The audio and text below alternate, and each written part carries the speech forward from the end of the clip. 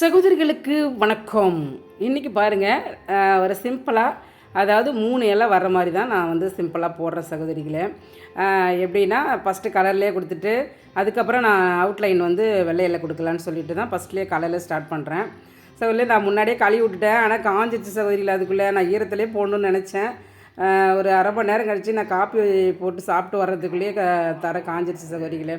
இல்லைனா கொஞ்சம் ஈரத்துலேயே போட்டால் கொஞ்சம் நல்லாயிருக்கும் பார்க்குறதுக்கு. ஆனால் காஞ்சிருச்சு சகோதரிகளே.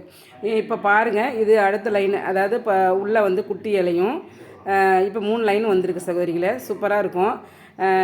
நான் இதில் வந்து ஒரு கட்டமாக இழுக்க போகிறேன் சகோதரிகளே. நல்லாயிருக்கும். அந்த கட்டம் எனக்கு ரொம்ப பிடிச்சிருக்கு. கட்டத்தை போட்டுட்டு உள்ளே ஒரு அது எல்லோ கலரில் ஒரு டாட் மாதிரி வைக்க போகிறேன். செம்மையாக இருக்கும் சகோதரிகளே. இது வந்து சிம்பிளாக இருந்தாலும் உங்களுக்கு ஈஸியாக கோலமே தெரியாதவங்க கூட சூப்பராக ஈஸியாக போடலாம் சகோதரிகளே. நல்லா இருக்கா? சூப்பராக இருக்கா சொல்லு. இந்த பார்த்துட்டு நீங்கள் எப்படி போட்டிருக்கேன்னு எனக்கு கமெண்ட் பண்ணுங்கள் சகோதரி. சப்போர்ட்